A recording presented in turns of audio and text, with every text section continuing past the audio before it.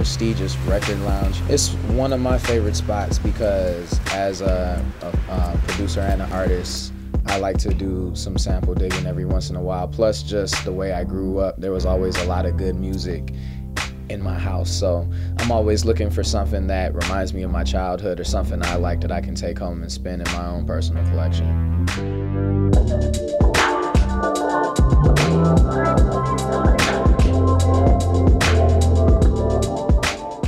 The type of music I had in my household, my mom was real diverse, so she would play a lot of Parliament, a lot of Earth, Wind & Fire, but she would also play stuff like Van Halen and Led Zeppelin and even gospel music. Never really a lot of hip hop. That came from my sister.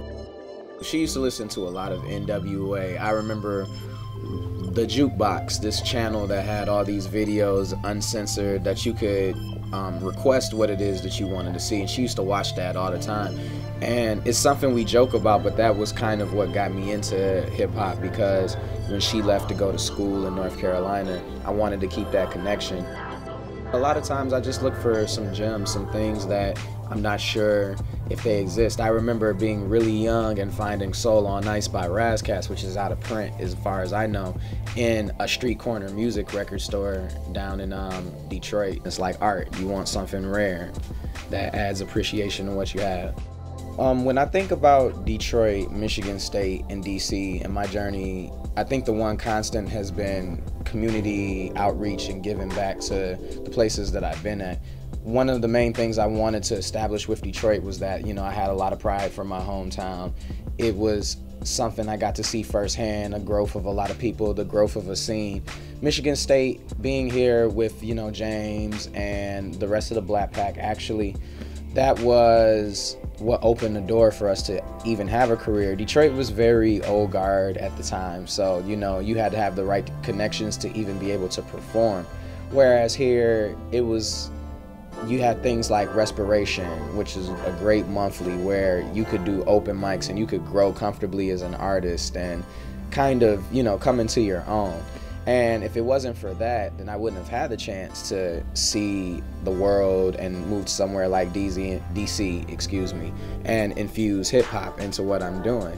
What we're working on in DC with some of the kids at my at New Community for Children where I work, we have a hip hop program there, and we're just teaching kids literacy through that. You can find that not just in words, but in pictures, visuals, graffiti, the actual music, the bass line, the theory behind it.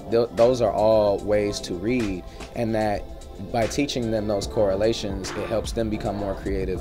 It helps them become more fluid with what it is that they're saying and what they're trying to convey. I think when you teach kids hip-hop and you talk about what they're learning, what they're picking up, confidence is always the big thing, because public speaking, and of course, you know, people expect us as artists to be these fearless public speakers, which is not the case. I get nervous before every show. I get nervous before almost every big conversation, but you're teaching kids that there's self-worth in what they do. But obviously hip-hop is teaching them more about culture, and that there's a lot of history, not only in hip-hop, but in the African-American diaspora with the music, that it's all the umbrella over that. You're talking about avenue where soul and funk and the break beat, and then even by today's standards, more synthy beats, things like that. That's the avenue where it all meets. And there's a lot to be taught there, and I think the kids grasp that really well. We have a collective that actually is a producer called BLAT. Oh man, James Gardine. James Gardine. Yeah, I know. Seeing that? For me to touch on African American history, I always have to talk about my experience with Professor Richard Thomas at Michigan State University. He always taught me how important history was, and having his class and having him teach these concepts that I wanted to bring to the forefront because they were important. That's what laid the groundwork for songs like Black Nationalist with James, or Black History Year when I was JYoung, and that was the 2 EPs we put out. You know, talking about the contrast between Malcolm X and Martin Luther King, and seeing that actually by the end of their lives they have both kind of flipped, where they were more moderate and in line with their own ideologies. So history for me is important because, you know, the cliche goes, if you don't know it, then you're doomed to repeat it.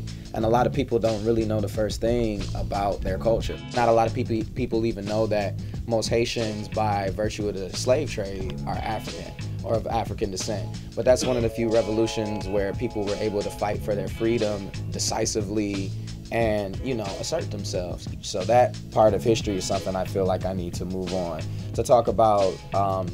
Situations where oppressed people can come together and stand up and take a, you know, stand for what's right.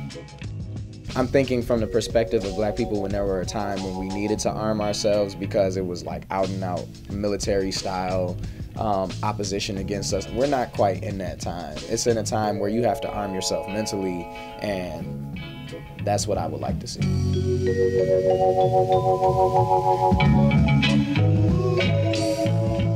Life in humanity is so simple, and we make it so hard by making it much more complex than it needs to be.